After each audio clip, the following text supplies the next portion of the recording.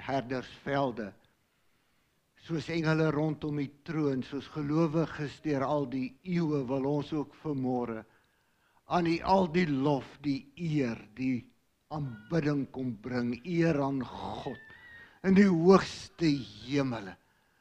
Dankie. Dankie vir 'n genade, vir 'n liefde so onmeetlik groot. Dankie Here, dat U liefde prakties aan ons kom bewys het. Dankie dat U bereid was om in ons sonde mensheid te kom indaal.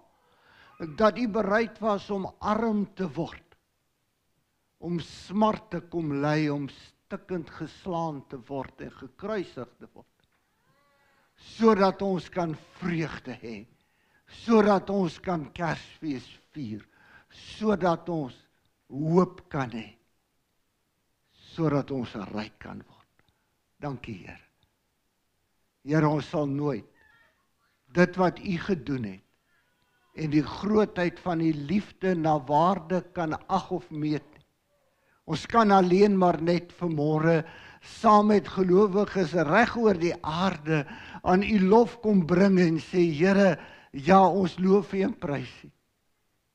Dankie dat voor U mag en voor U koninkryk moet die duisternis soeg. Dat Jesus is die lig wat gekom het en die duisternis kan dit nie oorweldig nie. Dit kon nie en dit kan steeds nie. En daarom kan ons vorentoe gaan met vertroue, met die wete U is by ons. En Here, solank ons aan U hand lewe, weet ons is veilig.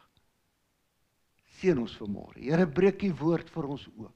Maak ons harte oop. Kom praat met ons. Ons bid dit in Jesus naam. Amen. U kan die plekke inneem. U het by die deure die afkondigings gekry, hulle is baie belangrik. Daar is ook 'n getuienisblaadjie in.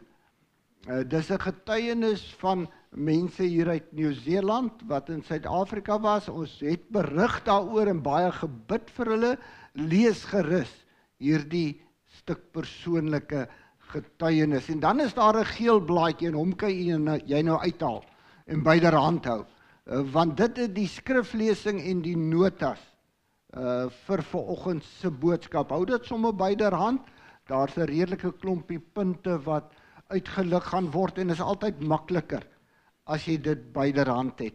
As jy jou Bybel wil oopmaak, maak dit oop by 2 Korintiërs. Op een of ander manier het ek ergens 'n verkeerde ding deurgegee. Dis nie 1 Korintiërs nie, dis 2 Korintiërs. As jy 1 Korintiërs gaan opsoek, gaan jy by verkeerde teks uitkom. Dis 2 Korintiërs. 2 Korintiërs hoofstuk 8 en 2 Korintiërs hoofstuk 9. Ek gaan 'n paar verse uit elkeen lees. Ook 'n klompie ander verse, almal van hulle is op die geel blaadjie vir u afgedruk. Nou, partykeer worstel 'n predikant nogal met 'n boodskap. En ek wil vir julle sê, met die boodskap van vanoggend het ek redelik lank geworstel. Nie omdat die boodskap onduidelik is nie, maar om agter te kom presies wat is dit wat die Here vir die gemeente wil sê. Want daar was 2 goed wat baie sterk op my hart gedruk het. Die een is, dis Desember maand. Dis 2 weke, 'n week en 'n half voor Kersfees.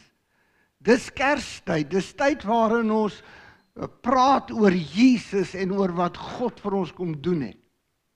Maar terselfdertyd was ek bewus daarvan dat dis die voorlaaste Sondag wat ek by julle preek as predikant van die gemeente. En daar is 'n boodskap wat die Here al baie lank op my hart lê en wat ek nog nie gepreek het nie. En dit gaan oor die hantering van my finansies as Christen. Jy sal dalk onthou hierso in die begin van die jaar het ek uit Lukas 16 'n boodskap gehad wat daaraan geraak het. Maar dit was net 'n gedeelte daarvan. En van daai dag af het ek altyd nog die behoefte, maar ek moet nog 'n opvolgboodskap vir u hê. Maar hoe bring hierdie twee by mekaar? Wat wil die Here eintlik sê? En ek kan vir julle sê, ek het baie tekste nagegaan. Daar's baie tekste in die Bybel wat praat oor finansies en daar's baie tekste wat praat oor gawes en oor Kersfees. Ek is natuurlik bewus daarvan dat om oor finansies te praat is nie 'n gewilde ding in die kerk nie. Allermits, inteendeel, jy is die oorgestelde. Maar daarteenoor is ons finansies en gawes vir God ongelooflik belangrik. En jy kan maar gaan lees, Ou Testament en Nuwe Testament. Daar word volop daaroor gepraat. Om die waarheid te sê, Jesus gebruik finansies, gawes, talente meer kere as voorbeelde in sy gelykenis as enige ander voorbeeld. Het gaan vir hom oor finansies. Paulus het 2 hele hoofstukke wat hy daaroor praat. 2 Korintiërs hoofstuk 8 en hoofstuk 9. Hy praat ook daarvan in Timoteus, 1 Timoteus 6, het hy 2 gedeeltes daaroor. En dit was vir my opvallend toe Paulus die ouderlinge van Efese groet, terwyl hy op pad is Jerusalem toe om gevange geneem te word, bewus daarvan dat hy waarskynlik tereggestel gaan word. Dan groet hy hulle en hy praat met hulle en hy sluit sy boodskap af met Handelinge 20 vers 35 waarin hy hulle herinner aan Jesus se woorde. Dis meer geseënd om te gee as om te ontvang. Dit was sy laaste woorde wat hy vir die gemeente gegee het. Nou in 'n sekere opsig wil ek sê, en ek het vroeër ook al daaroor, ek dink van die personeel gesê, juis by daardie geleentheid, Handelinge 20, julle kan dit gerus gaan lees, wanneer Paulus met die ouderlinge praat van Efese, dan sê hy vir hulle, ek gaan nou weg, ek gaan julle waarskynlik nie weer sien. Maar hy sê, ek het 'n stuk tevredenheid in my hart. Eintlik sê ek is onskuldig aan julle. Nou ek het spotterderwys gesê, ek gaan nou 'n kommetjie water hierso sê, maar ek sal dit nie doen nie. Okay. Maar hy sê vir hulle, ek het vrede in my hart oor my bediening, hoekom? Hy sê, want ek het die volle raad van God aan julle verkondig. Ek het vir julle alles gesê, wat ek glo die Here vir julle wil sê, en ek wil nou vir jou baie eerlik sê, na vanmôre se boodskap, wil ek ook sê, ek het vir julle die volle raad verkondig, maar as ek nie vanmôre se boodskap weet nie, dan het ek nie die volle raad verkondig nie, dat ek so 'n stukkie gelos, want ek weet dit is sensitief. En ek dink is baie belangrik, dat ons sensitiewe dinge nie eenkant los nie. Wat vir my opvallend was, en dis die lekkerte van, julle moet ook Veritas kom doen, asseblief, skryf in, maar dis die lekkerte van as jy eksegese doen, wat toe ek nou weer gaan kyk en deur die gedeeltes werk, en daar's verskillende gedeeltes in die Bybel, en toe spesifiek gaan kyk ek na 2 Korintiërs 8 en 9, waar Paulus praat oor dankoffers, en toe ek gaan kyk na hoe dit aan mekaar sit, toe is die kernmotivering, wat Paulus gee in 2 Korintiërs 8 vir die gee van dankoffers kry in vers 9. Kyk, en dis die woorde wat daar staan. Julle ken die ongelooflike goedheid van ons Here Jesus Christus. Alhoewel hy ryk was, het hy ter wille van julle arm geword, sodat julle deur sy armoede ryk kan word. Dis die motivering. Dit gaan oor wat Christus gedoen het, dit gaan oor Kersfees. Dit gaan daaroor dat God in Christus homself verneder het en bereid was om mens te word en te ly en te sterwe om arm te word. God het homself arm gemaak, sê Paulus, om ons ryk te kan maak. Wow, ek weet nie of jy dit al ooit raak gelees het nie. Jy moet daai vers gaan onderstreep. In die volgende hoofstuk, 'n bietjie meer omskrywend, hoofstuk 9 vers 8 tot 11 sê hy, en God is in staat om aan julle elke gawe in oorvloed te gee, sodat julle in elke opsig altyd van alles genoeg kan hê en ook nog oorvloedig kan wees in elke goeie werk. Soos daar geskryf staan, hy het uitgedeel en gegee aan die armes, sy goedhartigheid bly vir altyd staan. God, wat saad voorsien aan die saaier en dan brood om te eet, sal ook aan julle saad gee en dit laat toeneem en die vrugte van julle goedhartigheid lieflik laat groei. In elke opsig sal julle ryk gemaak word om ook by elke geleentheid vrygewig te kan wees. Dis die kern. En daarom glo ek dat die tema wat die Here vanoggend met ons oor wil praat is juis, dis God se armoede wat ons ryk maak. God se armoede. God se lyding, God se smart. God se verlies bring my vreugde en is my wins. So kom ons lees die 2 hoofstukke en dan gaan julle sien hoe pas dit in mekaar. 2 Korintiërs 8 vers 1 tot 12. Broers en susters, ons lig julle in oor die genade van God wat die gemeentes in Macedonië ontvang het. Al is hulle ook hewig getoets deur swaar kry, het hulle uitermate blymoedig gebly en hulle groot armoede het uitgeloop op oorvloedige vrygewigheid. Ek getuig dat hulle volgens vermoë, ja, dat hulle selfs bo hulle vermoë gewillig was.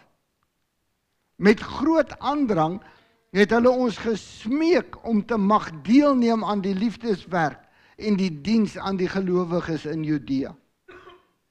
Dit was nie soos ons dit verwag het nie.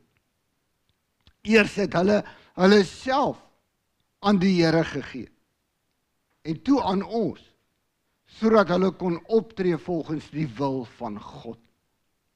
Daarom het ons by Titus daarop aangedring om hierdie liefdeswerk waarmee hulle vroeër begin het, nou ook by julle te voltooi.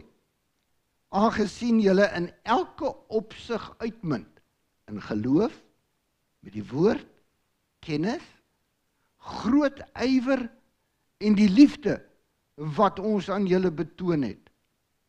Munt dan nou ook uit in hierdie liefdeswerk. Ek sê dit nie as 'n opdrag nie, maar om die egtheid van julle liefde in vergelyking met die ywer van ander te toets.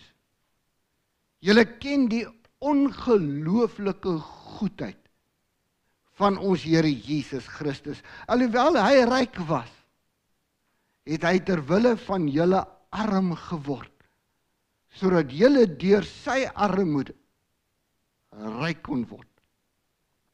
Nou gee ek raad oor hierdie saak, want dit is voordelig vir julle. Julle wat nie net die eerste was om iets te doen nie, maar ook heel eerste gewillig was om iets te doen. Voltooi nou die werk, sodat julle dit uit die middele tot julle beskikking met dieselfde geesdrif kan afrond, as die waarmee julle daarop besluit het. As die geesdrif daar is, en julle gee volgens wat julle het, is die gawe aanneemlik. Julle hoef nie meer as dit te gee nie. En dan hoofstuk 9 vanaf vers 5. Daarom beskou ek dit as noodsaaklik om die broers aan te spoor om vooruit na julle toe te gaan. Hulle moet die dankoffer gereed maak, wat julle vroeër reeds beloof het. Dan sal dit gereed wees as 'n vrywillige dankoffer, en nie as iets wat afgepers is nie. Dus staan die saak so. Wie suinig saai, sal karig oes. Wie ruimhartig saai, sal volop oes. Elkeen moet gee, soos hy in sy hart besluit het, nie uit spyt of dwang nie, Want God het die blymoedige gewer lief. En God is in staat om aan julle elke gawe in oorvloed te gee, sodat julle in elke opsig altyd van alles genoeg kan hê en ook nog oorvloedig kan wees in elke goeie werk. Soos daar geskryf staan, hy het uitgedeel en gegee aan die armes, sy goedhartigheid bly vir altyd staan.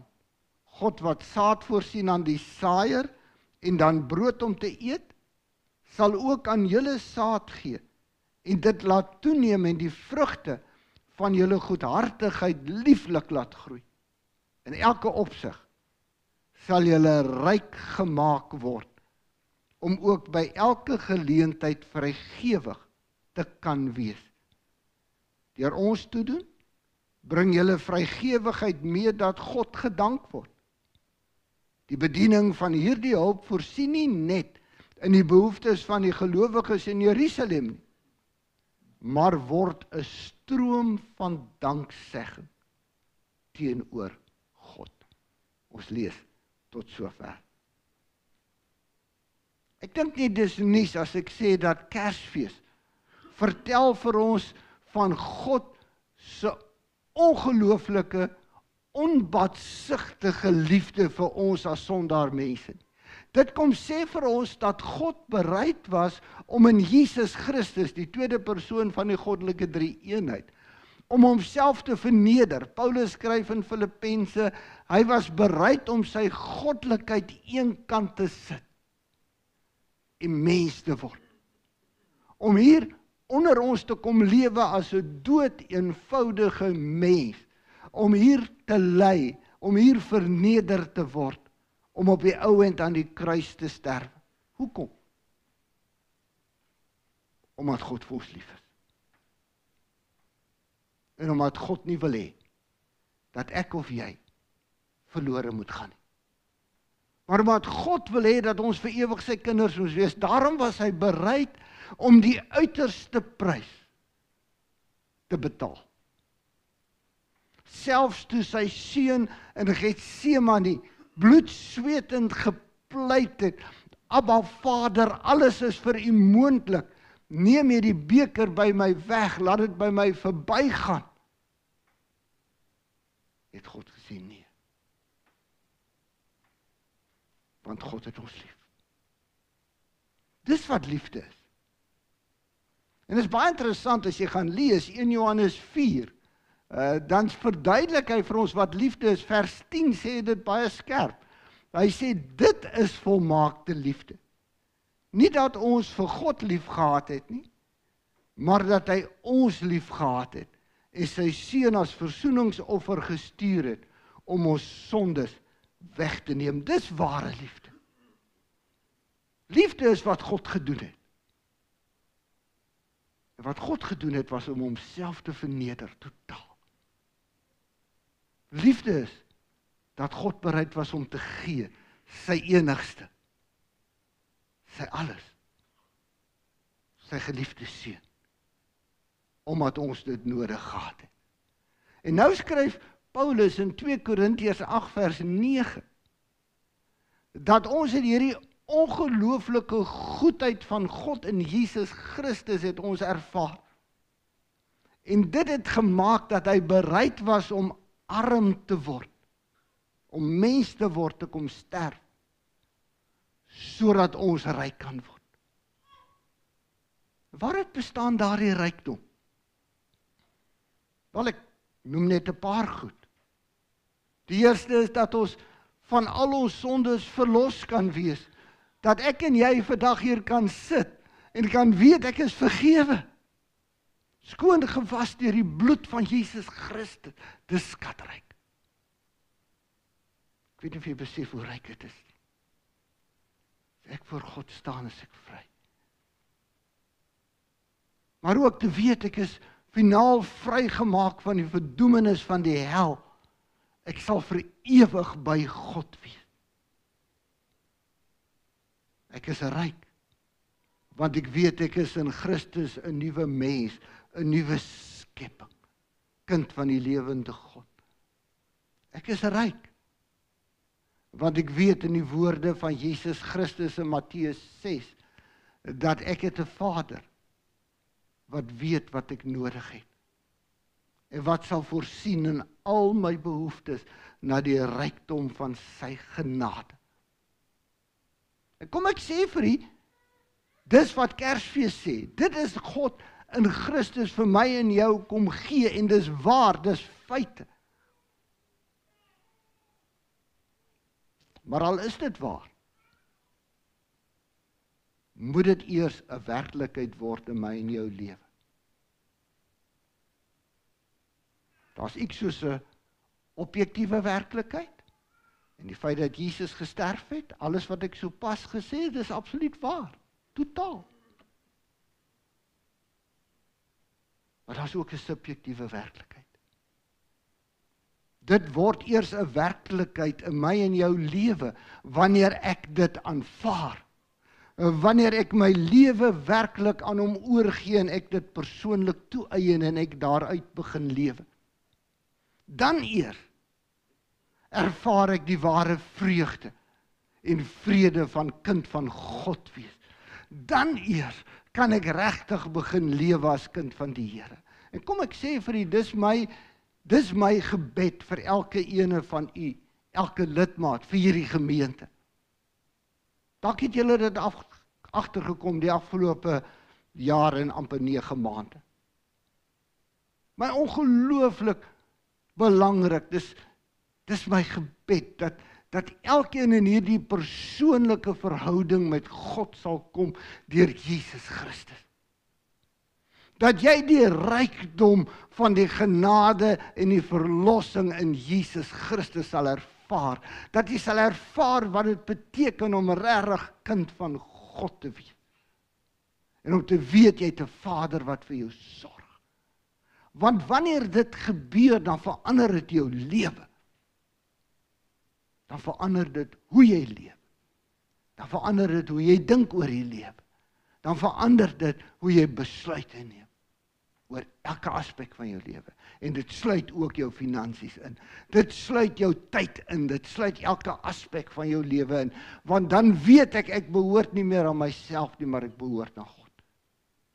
Want hy het my gekoop met die bloed van sy seun. Dis my gebed, dat jy dit sal ervaar. In die gedeelte wat ons gelees het, ook in 1 Timoteus 6, vers 17 tot 19, koppel Paulus natuurlik dan nou hierdie besondere verhouding wat ons met God het in Jesus Christus. Met ander woorde, my geestelike lewe, hy koppel dit direk aan hoe ek my finansies hanteer. En dis presies dieselfde wat Jesus doen. Ons het, dis bietjie lank gelede, jy kan gerus weer gaan luister, daardie gedeelte uit Lukas 16. Jesus doen presies dieselfde. Hy sê, God, kyk nou hoe ek my finansies hanteer, en dan kom hy agter hoe betroubaar ek is. My verhouding met God, en wat ek doen met my lewe, wat ek doen met my liggaam, wat ek doen met my tyd, en wat ek doen met my geld. Een en dieselfde ding. Kan dit nie losmaak van mekaar. En wanneer 'n mens natuurlik praat oor finansies en dankoffer, is dit al vir my 'n ongelooflike belangrike ding om vir u te sê. En dit is dat jy moet besef dat daar in God self geen behoefte of noodsaak is aan dankoffers nie. Kom ek verduidelik wat ek bedoel. God het nie my of jou geld nodig nie. Plain kom. Dis 'n feit. Ander godsdienste moet jy vir die gode offergawes bring. Jy moet vrugte bring, jy moet kos bring. Hoekom? Want hulle moet dit eet. Dit moet hulle sustain. Dit moet hulle aan die gang hou. Die Psalme sê die vee op 1000 berge, die skatte van hierdie aarde behoort aan God. Ons hoef God nie te onderhou nie. Hy het dit nie nodig nie. Daarom wat hy in Jesaja en in Amos en soveel ander plekke vir sy volk sê, man, Maak toe die tempel. Hou op om my te dien. Hou op om psalms te sing. Hou op om in die kerk in te kom. Hou op om dankoffers te gee. Ek stel nie daarin belang nie. Loop net. Gaan net weg. Want julle dien my nie met julle hart nie. Jy sien, God sê nie, ag asseblief gee tog net vir my iksie nie. Weet ons doen dit mos partykeer, hè? Ag as jy nie asseblief iksie vir die kerk gee nie. Ag asseblief tog, maar gee tog net iksie vir die kerk, hè? Dis God onterend, sê ek nou vir jou. God sê, as jy my nie kan dien met jou hele hart en siel en verstand en met al jou krag nie, gaan dan liewer stryd. Want alles behoort aan hom. Jy sien die omgekeerde is waar. Ons kan niks by God koop met ons dankoffers nie. Ons kan niks by God verdien nie. Inteendeel, hy het klaar alles vir ons gegee, en dis wat Kersfees vir ons kom sê. God het klaar alles gegee. Hy gee jou lewe, hy gee jou gesondheid, hy gee jou krag, hy gee jou die vermoë om te kan werk, maar bovenal gee hy vir jou sy seun. Hy kom gee jou verlossing. Hy kom maak jou vry. Hy kom gee jou die ewigheid. Hy is die bron en die gewer van alle goeie gawes. Alles kom uit sy hand uit. En daarom moet ek besef, my dankoffer mag nooit enigsins amper 'n idee wees van dat ek iets wil verdien of iets wil koop of iets wil betaal nie, want ek kan nie. So onmoontlik. So waaroor gaan dankoffers dan? Kom ek sê vir julle, dit gaan oor iets geweldig diep. Dit gaan werklik oor my verhouding met God. Kom ek probeer dit vir u verduidelik. In hierdie gedeelte wat ons gelees het, kom daar 'n paar aspekte na vore. 5. Wanneer ek dankoffers gee, dan sit eerstens 'n erkenning dat God alles aan my gegee het. Dat alles aan hom behoort en dat alles van hom afkom. Kijk, ek het al baie keer gehoor dat mense sê, ja, alles kom van die Here af. Nou wel, gee van dankoffers is 'n erkenning daarvan, prakties. Dit sê, alles kom van God af. Tweedens, dis 'n bewys dat ek God totaal vertrou. Dat ek weet, hy voorsien. En wat ek het, kom van hom af. Derdens, sluit daarbij aan. Dis 'n daad van totale afhanklikheid van hom. En vierdens, dis 'n daad van opregte dankbaarheid, waarmee ek vir God sê, dankie. Dit wys hoeveel hy vir my beteken. Met my dankoffer sê ek, Here, ek wil net vir u kom sê, baie dankie, vir alles wat u vir my doen. En vyftens, deurdat ek dit wat God vir my gee, ook met ander deel, maak ek dat God nog verder geëer word en gedank word, en dat sy woord verder verkondig word, en so word hy verheerlik. Dis waaroor dit gaan. Om die waarheid te sê, Paulus kom gee 'n paar 6 praktiese riglyne oor wat ons moet doen wanneer ons dankoffers gee. En ek wil dit graag met julle deel. En ek wil, dit is op die blaadjie, en ek wil hê jy moet dit huis toe vat en baie mooi daaroor gaan dink. Die eerste een is, hy sê, jou gesindheid moet dit wees wat ek sopas genoem het, daardie 5 dinge. Dit moet 'n uitdrukking wees van jou geloof. As jou dankoffer nie 'n uitdrukking is van jou geloof en jou vertroue op God, dan eer dit nie God nie. Dit moet saam daarmee 'n gebaar wees van opregte dankbaarheid. Dis 'n reaksie. Dis om te sê, dankie God. So lief het ek u, want soveel het u vir my gegee. So dis die eerste, jou gesindheid. Paulus sê, jou gesindheid moet reg wees. Die tweede een is, en dis amper 'n bietjie dieper. Hy sê, wanneer dit gaan oor dankoffers, dan moet jy eers jouself gee, voordat jy enige gawe of tyd kan gee. En dit sluit enige aspek van jou diens in die kerk in. Daarmee sê hy, dit gaan oor 'n persoonlike oorgawe aan God en Christus, dit waarvan ek sopas gepraat het. Dit gaan oor jou persoonlike commitment aan die Here. Toewyding aan die Here. As dit nie daar is nie, los al die ander goeders. Gaan nie werk. Jy moet eers jouself gee, totaal, aan die Here gee. En dan is dit 'n natuurlike gevolg daarvan, hoe ek vir die Here wys hoe lief ek hom het. Jy sien, dit gaan nie oor godsdienst, dit gaan nie oor pligte wat ons het nie. Dit gaan oor 'n verhouding. Dit gaan oor hoe lief God my het, en dit gaan oor hoe lief ek hom het. En toe ek voorberei het, toe besef ek, as 'n mens regtig lief het, dalk sê jy nog onthou, ek hoop jy onthou nog. As jy regtig lief het, dan maak geen afstand, geen prys, geen offer is te groot nie, vir daai een wat jy lief het. Kom ek gee vir julle praktiese raad. Ek het al baie keer met mense gepraat, ek doen baie berading, ek sal nooit details sê nie, maar, en ek het al hoeveel keer vir iemand gesê, en ongelukkig gebeur het meer dikwels, en as jy in so 'n verhouding is, luister mooi wat ek sê. As jy in 'n verhouding is, waar jy die hele tyd hard moet werk, en waar jy aan die ene skynbaar niks omgee nie, niks doen nie, niks, dan sê ek nou vir jou, daai persoon jou nie lief nie. Hy kan hoeveel keer sê hy het jou lief. Want as jy jou regtig lief het, dan sal hy opoffer, dan sal hy moeite doen. As hy nie moeite doen nie, en nie opoffer, het hy vir jou nie lief nie. Klaar. Dit is dieselfde as waar ons verhouding met God. Dit gaan oor 'n verhouding. Het ek God regtig lief? Hoe lief het ek hom? Dis die tweede. Die derde ene?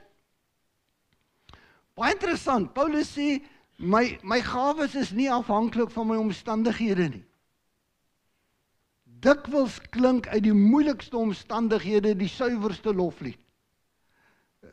Dalk sê julle onthou, daar's 'n verhaaltjie in die evangelies, waar Jesus by die tempel sit, en dan sit hy nogal op 'n snaakse plek, né? Hy sit daar waar die diakens die geld tel. Nou mense sou nie dink Jesus moet daar wees nie, nee, hy moet nie daar wees nie. Maar hy sit by die skatkis, waar mense hulle geld ingooi, wat doen hy?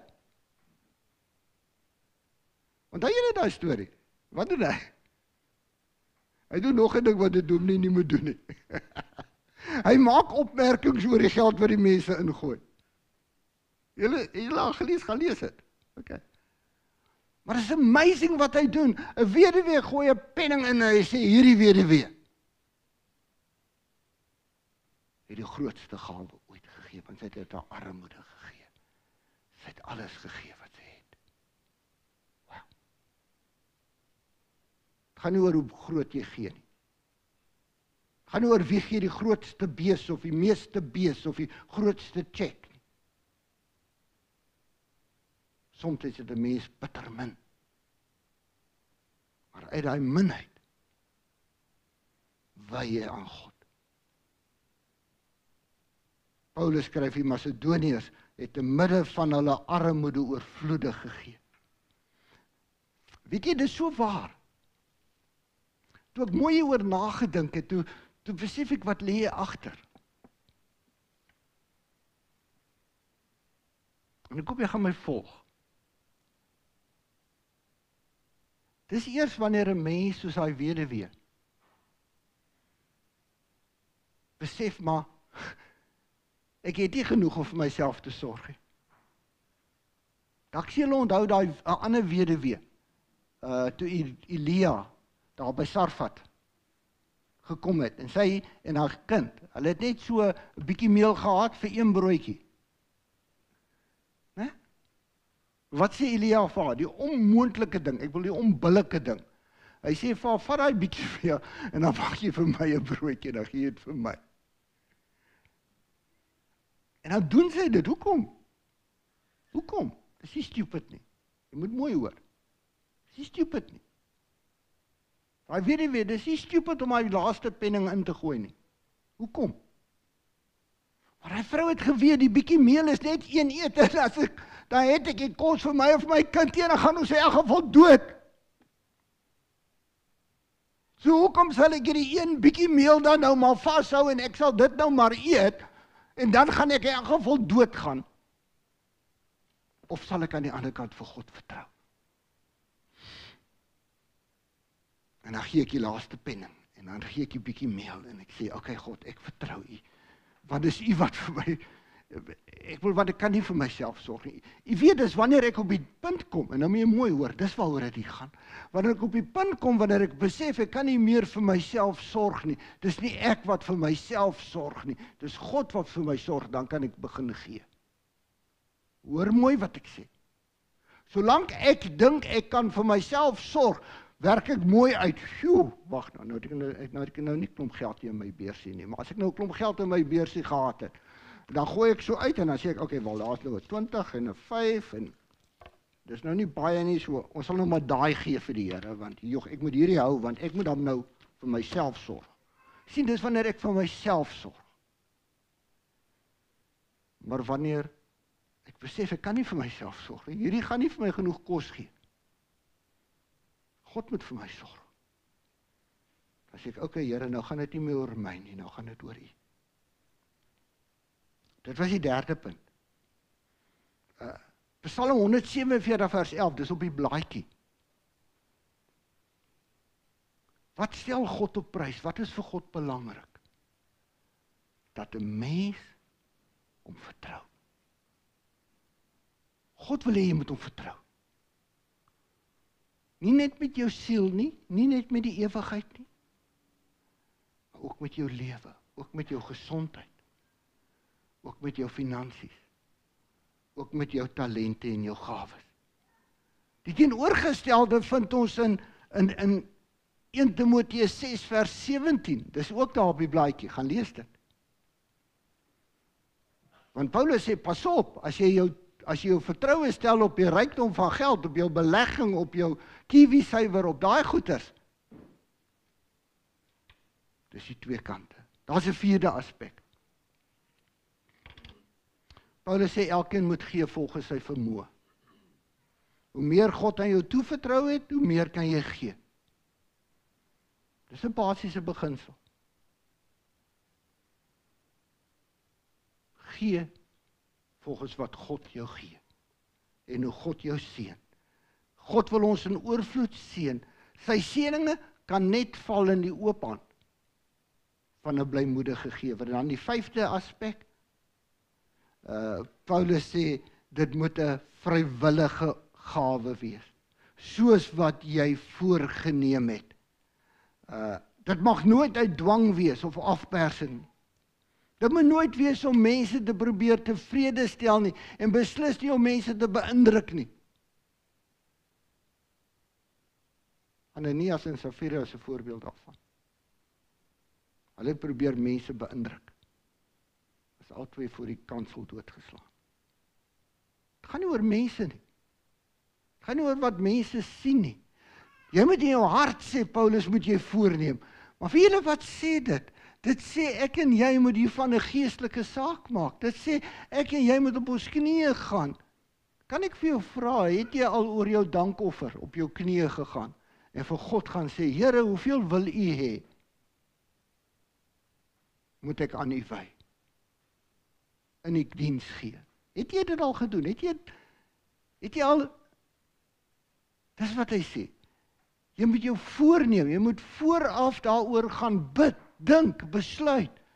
Met God dit gaan uitklaar. Moenie net, dis einde van die maand, ek moet iets gee nie. Gaan maak dit 'n geestelike besluit. Dat dit gewillig is. En dan die laaste ene, Paulus is nogal baie prakties, die Bybel is baie prakties. Hy sê, julle was die eerste wat gewillig was, want nou moet julle dit doen ook. En dit is soms 'n probleem in ons geestelike lewe. Ons luister preke, ons sien goed en dan besluit ons, ja, ek wil dit ook doen. Maar dan doen ek dit nie. Hy sê, doen dit nou. Stoot. Gaan pas dit toe.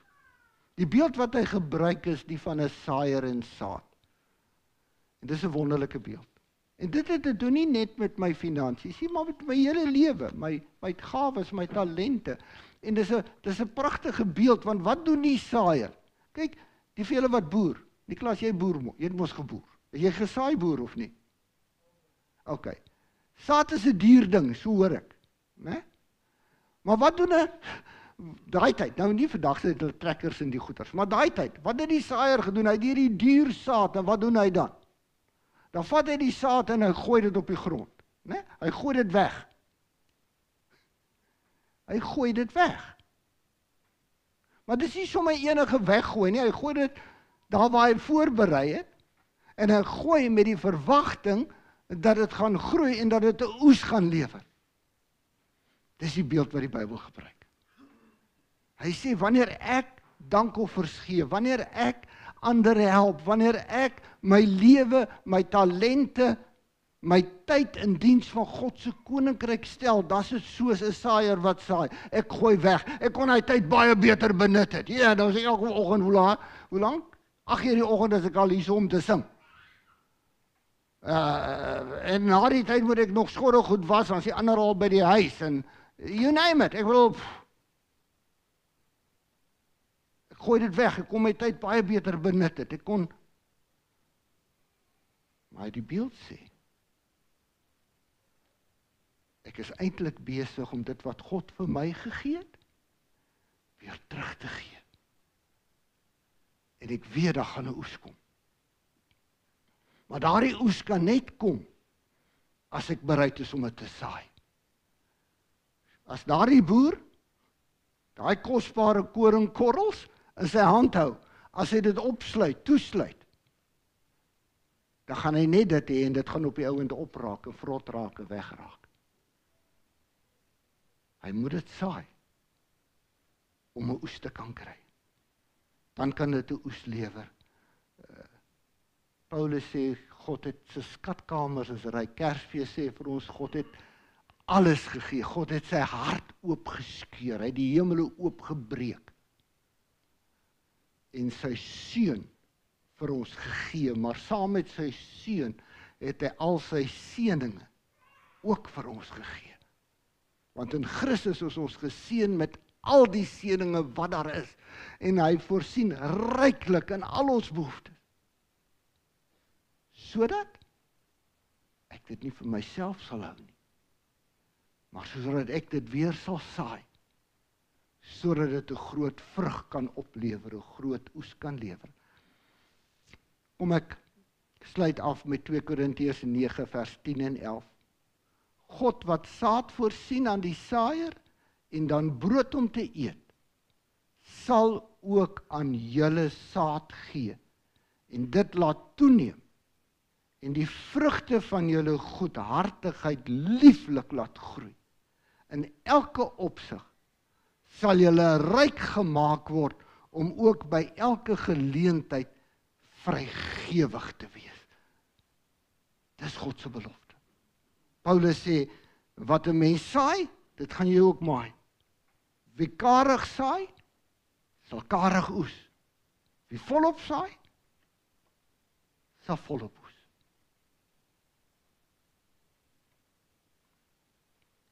Ek gaan net afsluit met 4 prentjies, want ek wil dit net sê. Aan die een kant bring dit ongelooflike seën in jou eie lewe. As jy jou gawes gebruik in God se koninkryk, dan help jy ander in hulle nood, want dit is deel daarvan. Jy moet in ander se nood help. Jou gawes raak 'n kanaal hoe God ander kan versorg. Maar die wonderlike is dat jou gawes word ook die manier waarop God sy koninkryk bou. Hier op aarde. En die bediening kan uitbrei. En deur dit alles word God verheerlik. Meer mense leer hom ken. Kom tot verlossing. Meer mense dank hom en eer hom. Mag wie ons is en wat ons het altyd staan in diens van God en van sy koninkryk. Amen. Almagtige in Christus vir ons alles kom gee. Dankie dat U Uself kom gee. Dankie Here dat U niks teruggehou het nie, niks. Dankie dat U armoede ons ryk gemaak het.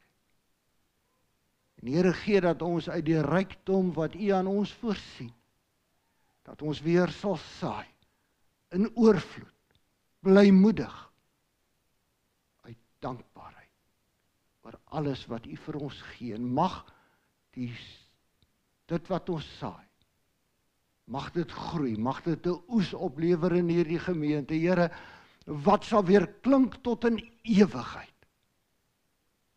Bid dit in Jesus naam. Amen.